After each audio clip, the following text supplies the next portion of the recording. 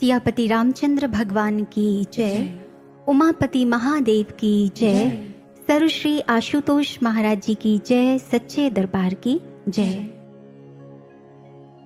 एक भक्त ने जब अपने अंतर मन की व्यथा को मौन स्मृति के रूप में, मौन भावों के रूप में जब अंतर मन से प्रभु के श्री चरणों में अर्पित किया, तो मानो प्रत्युत्तर स्वरूप प्रभु ने कुछ पंक्तियों को उसके भीतर गुनगुना दिया हो।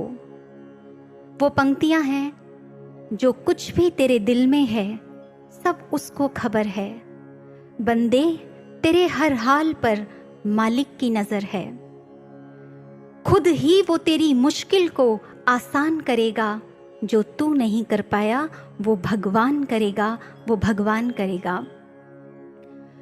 सज्जनों, बहुत से ऐसे साधक हैं जिनके जीवन में जब विपरीत परिस्थितियां आती हैं, झंझावात आते हैं, तो वो महसूस करते हैं दुखों की उस गर्मी को, जिसमें कहीं भाव पिघल जाते हैं, जिसमें कहीं ऐसा महसूस होता है कि शायद अब कुछ भी नहीं बचा। लेकिन भक्तों के साथ सबसे सुंदर घटना ऐसे में क्या घटित होती है, उनके भीतर ईश्वर से एक तारतम्य स्थापित हो जाता है। वो अंतर से ईश्वर से जुड़ जाते हैं, क्योंकि वो साधक भीतर से उस परम सत्ता का साक्षात्कार कर चुके हैं। वो जानते हैं जब कुछ अपने हाथ में नहीं होता, जब संसार में सब कुछ विपरीत होता है, तो बहरी मुखी होकर कुछ भी नहीं पाया जा सकता। एकमात्र ऐसा संबंध होता है जो उस समय आपको ढांढस बंधा सकता है, आपके उत्साह को पुनः जागृत कर सकता है, और वो है अंतर्मुखी होकर अपने ईश्वर से जुड़ जाना।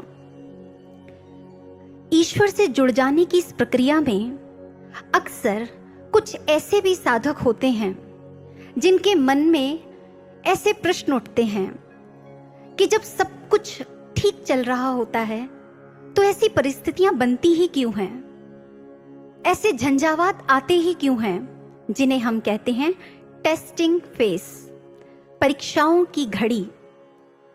अनुभवी लोग कहते हैं किसी भी व्यक्ति की प्रगति का जो मापदंड होता है वो परीक्षाएं ही होती हैं, फिर चाहे सांसारिक पक्ष हो या आध्यात्मिक पक्ष हो। लेकिन मनुष्य की प्रवृत्ति है, जब सांसारिक पक्ष होता है तो परीक्षाओं को हृदय खोलकर स्वागत करता है, उनको स्वीकारता है। आप एजुकेशन फील्ड में देखिए, जब किसी कॉम्पिटिटिव एग्जाम्स की लोग तैयारी करते हैं, उस समय क्या होता है, प्री एग्जाम, मेन एग्जाम और उसके बाद इंटरव्यू। प्री क्लियर किया, किसी कारणवश मेंस क्लियर नहीं कर पाए, फिर दोबारा से प्री क्लियर करना पड़ता है। प्री क्लियर किया, मेंस क्लियर किया, अब इंटरव्यू की तैयारी है और कई बार इंटरव्यू में रह जाते हैं। लेकिन इन सब पड़ावों को पार करके जो लक्ष्य हासिल होगा, उस लक्ष्य पर इतनी पैनी नजर होती है कि इन पड़ावों के लिए जिन गुणों की आवश्यकता होती है संसार में, अर्थात कितना भी समय लग सकता है, बहुत मेहनत लगेगी, धैर्य रखना पड़ेगा, निराश नहीं होना, नकारात्मक विचार नहीं आने चाहिए और उत्साह बना रहना चाहिए। और जब जब भी फेलियर सामने आए, उस समय उन कमियों को नोटिस करना, ताकि जब सिलेक्शन हो, इनके इंटरव्यूज दुनिया के सामने आए, तो ये लोग टिप्स दे सकें, हमने अपनी कमियों पर काम किया और उसके बाद हमें सफलता मिली। कभी हम हतोत्साहित नहीं हुए, एक बार में सिलेक्शन नहीं हुआ तो क्या हुआ, हमने पुनः प्रयास किया। अगर हम अकाउंट्स के क्षेत्र की बात करें तो वहां पर भी ऐसे बहुत से एग्जाम्स हैं, एक ही ग्रुप को क्लियर करने के लिए कितने कितने वर्ष लग जाते हैं, लेकिन नजर लक्ष्य पर होती है। सिविल सर्विसेज के एग्जाम्स की बात कर ले, ना जाने ऐसे कितने क्षेत्र हैं। अपने शरीर के रोगों को ही देखें, अगर हम डॉक्टर के पास जाएं और डॉक्टर को लक्षण देखकर कुछ समझ ना आए, तो डॉक्टर क्या कहता है, आप टेस्ट कराइए। जब डायग्नोज होगा तभी हम आपका इलाज शुरू कर पाएंगे, आपको मेडिसिन दे पाएंगे। और हम बड़ी खुशी खुशी कहते हैं, हाँ डॉक्टर साहब बिल्कुल ठीक कह रहे हैं, पहले टेस्ट हो जाएगा तो कंफर्मेशन हो जाएगी। संसार के क्षेत्र में टेस्ट कितने खुले दिल से स्वीकार करते हैं, कोई भी फील्ड हो। लेकिन वही जब आध्यात्मिक क्षेत्र हो, वहां की बात हो, तो आध्यात्मिक क्षेत्र में अक्सर लोगों का क्या कहना होता है? महापुरुषों के पास एक दुखी व्यक्ति इसलिए आता है कि वो शांति को प्राप्त कर सके, वो अपने दुखों का अंत कर सके। वो इसलिए नहीं आता कि उसे कुछ देना पड़े। वो क्यों परीक्षा देगा? किस लिए परीक्षा देगा? वो तो खुद ही परेशान आया है। अगर ठहर कर सोचें, आप अपने बच्चे का जब स्कूल में एडमिशन कराने जाएं, आप अपने बच्चे से कहें बेटा बहुत मन लगाकर पढ़ाई करनी है, और आपका बच्चा प्रत्युत्तर स्वरूप कहे हाँ पापा मैं सारी क्लास अटेंड करूंगा, मैं टीचर्स की भी बहुत रेस्पेक्ट करूंगा, नियमित रूप से स्कूल जाऊंगा, लेकिन ना मैं एग्जाम नहीं दूंगा। आप क्या समझाएंगे उसे? आप हंसेंगे उसकी बालवत चेष्टा पर? यही तो कहेंगे अरे बुद्धू एग्जाम नहीं देगा तो प्रमोट कैसे होगा नेक्स्ट क्लास में? हमेशा एक ही क्लास में रहना है क्या? कितना साधारण सा उत्तर लग रहा होगा ना कि यही तो समझाएंगे। तो क्या आध्यात्मिक क्षेत्र में आध्यात्मिक उन्नति नाम का क्या कोई शब्द नहीं होता? क्या यहाँ प्रमोशन नहीं होता? कभी मन में ये प्रश्न नहीं आता, अगर इस टेस्टिंग फेज से नहीं निकले तो क्या उसी क्लास में नहीं पड़े रह जाएंगे? आगे कैसे बढ़ेंगे? यही एक मार्के का प्रश्न है जो हमें कहीं ना कहीं सोचने पर मजबूर करता है कि जिस समय कोई साधक बनने की प्रक्रिया से गुजरता है तो तकलीफ होती है और अच्छा नहीं लगता, क्योंकि सारी चीजें मन के विपरीत घटित होती हैं। लेकिन अगर कोई जरा भी गहराई से सोचे, टेस्ट पहले शिष्य नहीं देता, पहला टेस्ट गुरु देते हैं। समर्पण पहले शिष्य नहीं करता, पहला समर्पण गुरु करते हैं। किस प्रकार? चलिए उदाहरण से समझते हैं। अगर आपसे ये कहा जाए कि अगर आपको ये कोई प्रश्न पूछे कि आप क्या महाराज जी पर आंख मूंद कर विश्वास कर सकते हैं, तो आप कहेंगे हाँ जी बिल्कुल कर सकते हैं, महाराज जी ने हमें इतनी अनुभूतियां कराई हैं। और आप ही नहीं, ऐसे असंख्य साधक हैं, असंख्य अनुभूतियां हैं। महाराज जी ने स्वयं वो अनुभूतियां कराई जिसमें शिष्य को ये विश्वास हुआ कि महाराज जी के ऊपर आंख मूंद कर विश्वास किया जा सकता है, या यूं कहें विश्वास का पात्र यदि कोई है तो वो महाराज जी हैं। दूसरा प्रश्न, अगर आपसे कोई ये कहे आपके चेहरे पर जब प्रसन्नता आती है, आपकी उदासी का जब हरण होता है, उसके पीछे का स्रोत कौन होता है? आप कहेंगे महाराज जी, क्योंकि जब सिचुएशन बहुत टिपिकल हो जाती है तो महाराज जी को ही पुकारते हैं। जब बिल्कुल हंसी नहीं आ रही होती, मन बहुत उदास होता है, तो फिर महाराज जी ही कुछ करते हैं। जब सुमिरन से हम जुड़ते हैं, महाराज जी को याद करते हैं, तो फिर मुस्कान बिखर जाती है चेहरे पर। यानी हमारे चेहरे पर जो मुस्कान आती है उसके पीछे का कारण कौन बनता है? गुरु। तीसरा, कई बार ऐसी परिस्थितियों से भी तो गुजरते हैं जब हम बोल नहीं पाते, कुछ कह नहीं पाते, जिसे हम कहते हैं अनकही पाती। मौन बात चल रही होती है और महाराज जी उसे सुन लेते हैं। आप सब साक्षी हैं, आप घर बैठे महसूस कर पा रहे होंगे, हमारी अपनी सी बात है। वहां पर भी गुरु ने ही इस टेस्ट में खुद को पास किया और स्वयं को बताया मैं अंतर्यामी हूं, सुनता हूं, जो कुछ तुम कहते हो मत बोलो मेरे आगे, लेकिन तुम्हारे अंतर्मन की भी सुनता हूं। वहीं अगर बात करें अगाध प्रेम की, अनकंडीशनल, कोई शर्त नहीं, ऐसा प्यार कौन करता है हमें? दोबारा नाम आता है हमारे महाराज जी। और यदि एक अंतिम प्रश्न पूछूं, हमारे उत्थान के लिए जिन्होंने अपना सर्वस्व अर्पित कर दिया, आपके हृदय में किसका नाम आता है? सिर्फ और सिर्फ हमारे गुरु महाराज जी, जिन्हें पल पल अपने शिष्य की चिंता रहती है। और वो इस टेस्ट में भी उन्होंने स्वयं खुद को क्लियर किया अपने शिष्य के आगे कि तुझे अपनी चिंता करने की जरूरत नहीं है, मैं बैठा हूं, मैं तेरे उत्थान के लिए प्रयासरत हूं, मैं तेरे उत्थान के लिए कटिबद्ध हूं। सज्जनों, ये जितने भी क्वेश्चंस हम सुनते आ रहे हैं, आपको लग रहा होगा बात तो बिल्कुल ठीक है, सारे टेस्ट तो पहले महाराज जी ने ही क्लियर किए हैं, हमने कुछ भी कहा महाराज जी ऐसा हो जाए, महाराज जी ने तुरंत कर दिया। और ऐसे कितने सारे उदाहरण भी हैं। मुझे एक भाई की घटना याद आ रही है, एक बहुत ही साधारण से परिवार का भाई जो अपने सभी बहन भाइयों में पढ़ने में सबसे अच्छा था, उसके पिता ने जैसे तैसे पैसे का इंतजाम किया और उसका बीटेक में एडमिशन कराया। 80,000 रुपए की फीस भरी। लेकिन उस भाई ने जब पहली क्लास अटेंड की, पहला लेक्चर अटेंड किया, वहां इंग्लिश में लेक्चर हो रहा था। वो लेक्चर को सुनते ही एकदम हतोत्साहित हो गया, क्योंकि वो हिंदी मीडियम से था, साधारण से परिवार को बिलोंग करता था, कोई बहुत अच्छी उसकी एकेडमिक क्वालिफिकेशन नहीं थी, कोई बहुत अच्छे स्कूल में उसको नहीं पढ़ाया गया था। और वो इतना हतोत्साहित हुआ, बाकी सब बच्चे फटाफट नोट्स बना रहे थे और वो नहीं कर पाया। और इतना निराश हुआ, घर जाकर उसने अपने फादर को कहा, पापा मैं नहीं कर पाऊंगा, आप मेरा बीएससी में एडमिशन करा दीजिए। उसके फादर की जो उम्मीद थी, ऐसा लगा उस पर पानी पड़ गया हो। उन्होंने कहा, बेटे मुझे तो तुझसे बहुत उम्मीदें हैं, एक तू ही तो है। लेकिन बच्चा नहीं माना।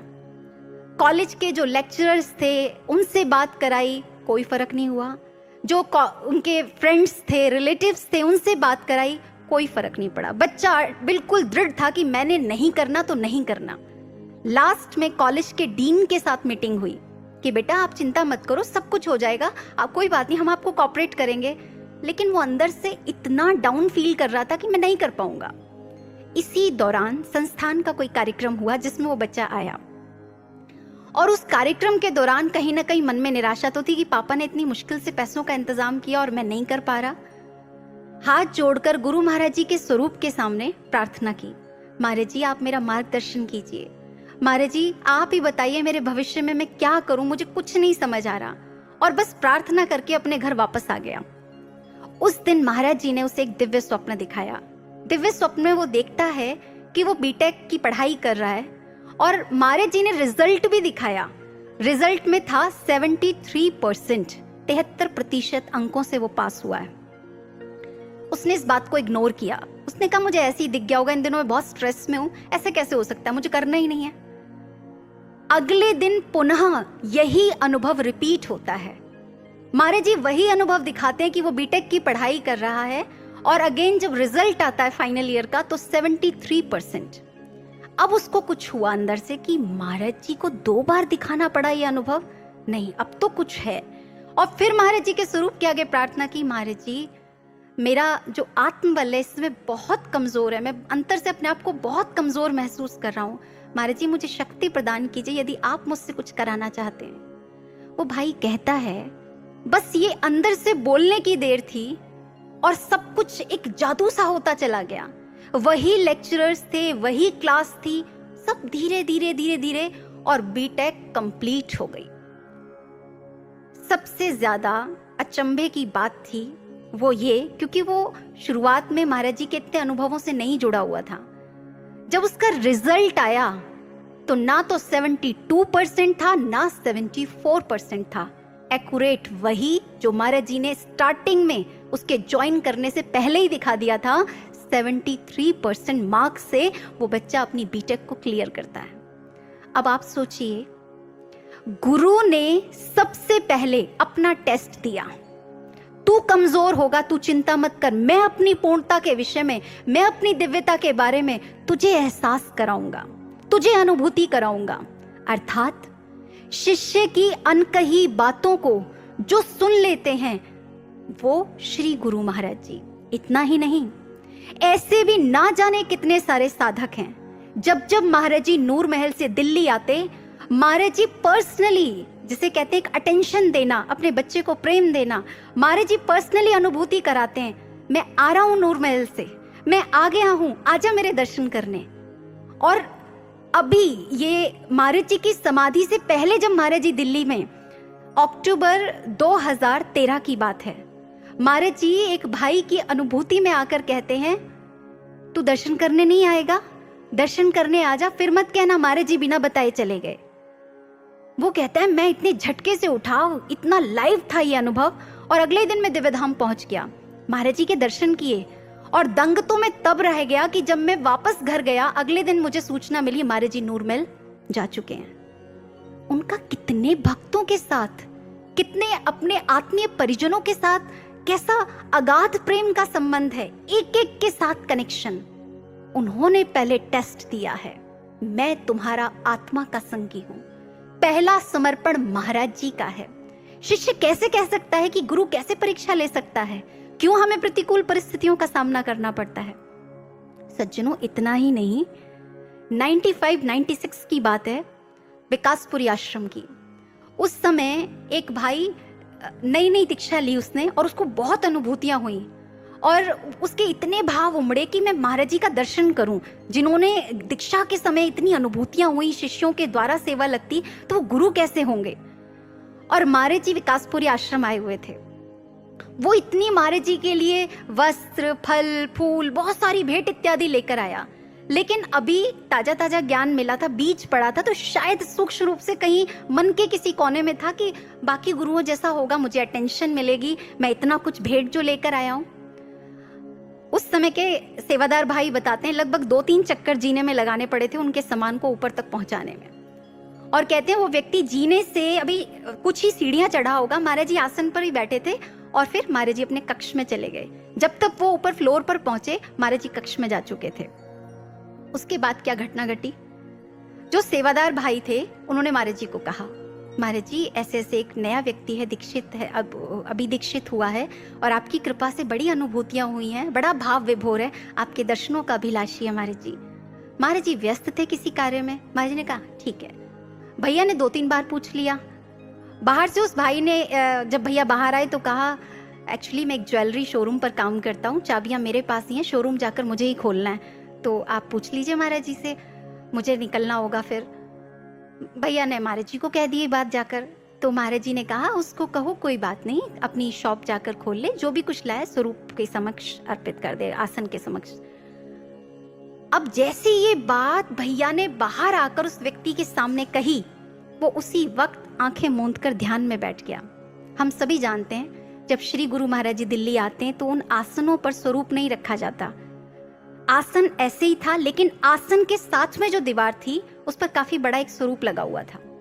अब भैया इधर खड़े हुए हैं जो सेवादार भाई हैं, और वो व्यक्ति महाराज जी का जो आसन है उसके सामने ध्यान में बैठा है। अभी कुछ ही मिनट्स बीती थी कि बहुत तेज रोने लगा और महाराज जी के स्वरूप जो आसन था उस पर मत्था टेका उसने।